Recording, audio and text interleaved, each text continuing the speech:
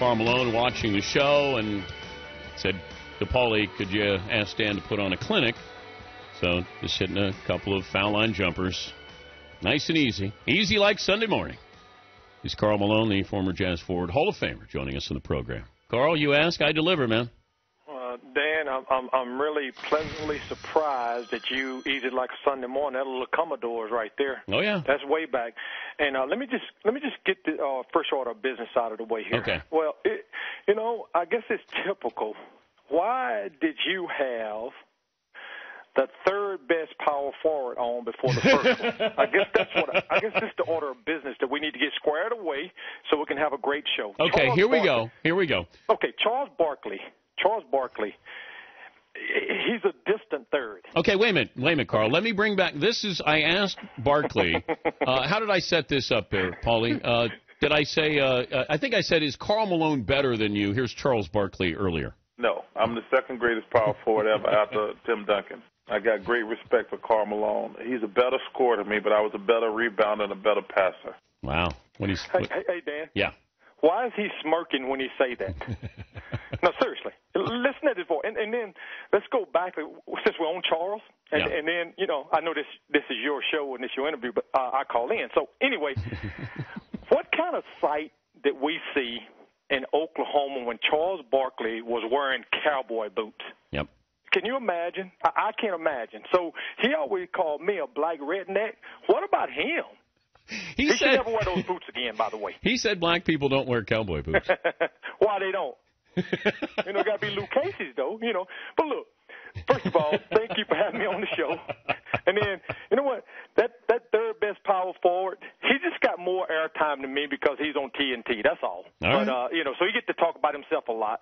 And but I have great respect for Charles. Really, we go way back. Man, I remember calling Charles, Dan, when I was deciding whether I was coming out of Louisiana Tech going hardship. And I talked to Charles because I met him during the Olympic trials. So we've been great buddies ever since. And one of these days I'll be back on the show, and then we'll get to the bottom of this. Okay. So how you doing? I'm doing great. Great. Now, there's a couple of things I want to bring up. Now, Barkley did back this up. I heard this story that Clyde Drexler showed up for practice one day, and he had two right shoes. David Robinson said the same thing. So he shows up and he puts on the shoes. So he has two right shoes. Right.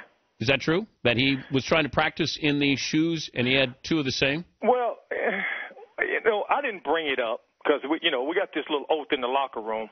But I guess he was going to walk in the same direction. That's all. But look, he tried to play it off. Hey, Dan, he really tried to play it off, and we looked, and it's like everybody looked at once, and Clyde, who's being really smooth about it, couldn't play it off because he would just walk around in circles. Well, he was like a NASCAR driver. Yeah, he was NASCAR. Just go around and round and round and round. Yes. Look, I did not bring that up. So I know I did. Okay, I assume everything you got for me today, someone else have already talked about it. So I'm just going to add my little 2 cents in, and we just go on from here. All right. Well, here's another thing. Okay. All right. When Isaiah's trying to embarrass Stockton, right, and he's got 40, and he went down the lane and got an accidental elbow from you. Right. Was that on purpose? No, sir. I never went out to hurt anybody on purpose, but he was driving to the basket, and I was following through because he had the ball in front of me. But I'm not here to defend my actions when I played. I played the game physical. I didn't start playing until I got hit. Now, go back and replay all the other stuff with the other guys and things they was doing. But No, I was just that one because I thought you were sticking up for Stockton because Isaiah was out to embarrass John. Well, put it like this. I've never meant to do it, but if it comes between my teammates and the opposing player, I don't like them. So we can spin it any way we want to spin it. Our foul, that was a hard foul. That's what it was. Who was the most competitive guy on the Dream Team? I would say the most competitive guy on the Dream Team was, two. I would say Michael and Magic. I would have to say, and the reason I said that is when we did teams, they always had each guy on the opposite team. So the coaches had to do nothing but say, throw the ball up. And those guys there really got everybody else going. So I would have to say those two guys. If you were starting a team with everybody on the Dream Team, Who would you start with? If I was starting a team with everybody on the dream team. And you were playing with that guy. And I was playing with that guy, I would have to, come on, Dan, really? You think you're going to get me with that? I would have to start my team with John Stockton, okay? Oh. You know what?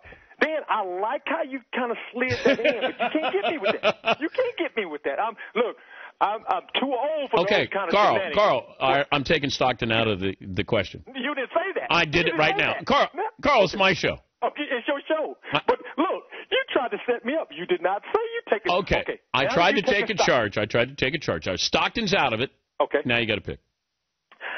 I would have to say I would start it with Scottie Pippen. I would have to start my team with Scottie Pippen. Are you crazy? No, I'm Carl, and I'm not crazy. Look, you're right, Dan. This is your show. I called in and you wanted my opinion. So why can't I have my opinion? You gave the third best power forward his opinion. I didn't take Michael Jordan off the team there. I took Stockton off. So you don't want Michael or Magic. Wait.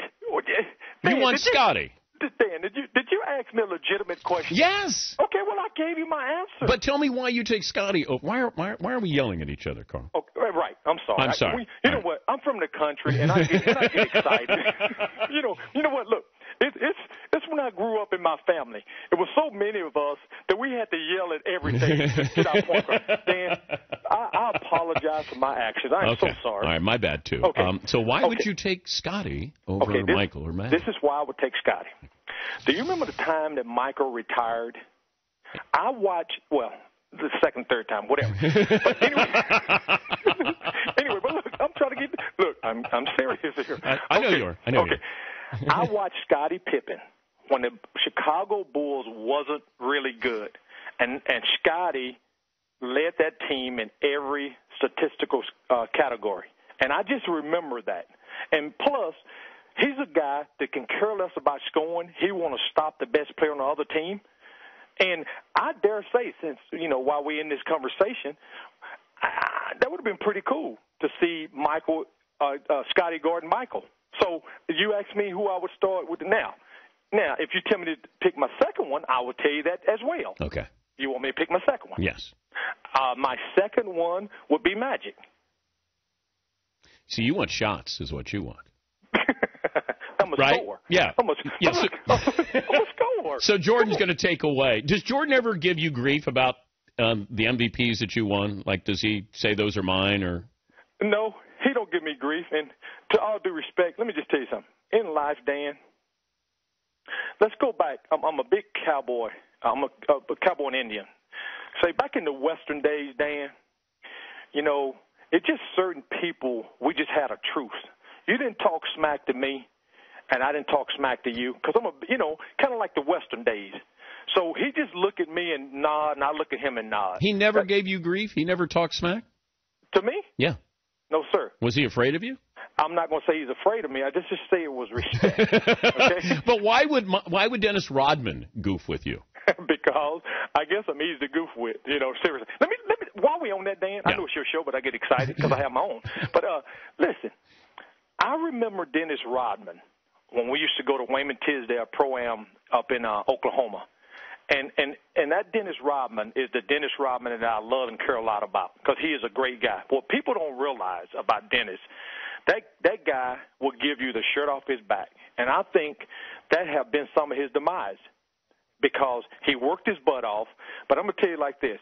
For as a caring person, you will not find a better human being than Dennis Rodman on what he do for people that nobody knows. We're so quick to talk about hardship. See, we quick to jump on that and pounce on athletes doing this and that. How about somebody pick him up? How about somebody say something positive? But we so quick to do that. But Dennis gave me grief because we knew each other way back when, and nobody ever realized that. But it was always a respect thing. And then when they was talking about should he go into the Hall of Fame, yeah, I don't think they were necessarily talking about his stats. I think personally, people was afraid to death on what he might wear or say. But no, seriously. And I think he handled it very, very well. Yeah, I thought that when they were talking about him being a Hall of Famer, I said, to me, it's a no-brainer. Right. And then people are saying, well, he's one-dimensional. I said, Dennis made rebounding glamorous, and he was a great defender. Then he wanted to pump up his rebounding stats. He wasn't as good a defender, but there was a time when he was with the Bad Boys, he was a lockdown defender, and he could guard Bird, he could guard Magic, he could guard, you name it. Hey, Dan, did anybody ever look up Dennis' stats on how much he averaged in college? He was a great scorer. I want to say southeastern Oklahoma. Yeah, he averaged 26 a game. Come on now. Hey, look, they won all layups. But let me say this, though. Wouldn't you like to have a one-dimensional rebounder on your team where you don't have to rebound? I think I would love that, and a lot of other people would love it. But anyway, I love the fact that he got into the Hall of Fame. I do because he should have been there, but I think people was nervous on what he might say and do, and he's a great guy. Hey, don't be a stranger. Let me have you on again sometime, all right? Hey, look. You just let me know. But next time we do this, Dan, yep. Next time we do this, let's have the best power forward on first, and then you could throw in the other riff-raff. So I gotta have Duncan on? Yeah, you can have Duncan on. Now when it comes wait, who's better, you or Duncan? Could I just say something? Let's just lay this out here. Yeah. Tim Duncan is not a power forward, by the way. So that's all. Wait, Carl, you're bigger than Tim Duncan. Listen to me, Dan. Tim Duncan is a center. He's a center. They play him at power forward. Is Tim Duncan better than you? No. Well, look, Tim Duncan got rings, and I'm gonna go on record. If I got to draw a line in the sand, absolutely not. Right. I'm the best. I'm going to have you on again, and I'm the John Stockton of sports radio. So I know that. Thanks for the assist, Dan. Okay. All right, buddy. Thank you, Carl. All right. Bye-bye. That's Karl Malone. I don't know what just happened there, but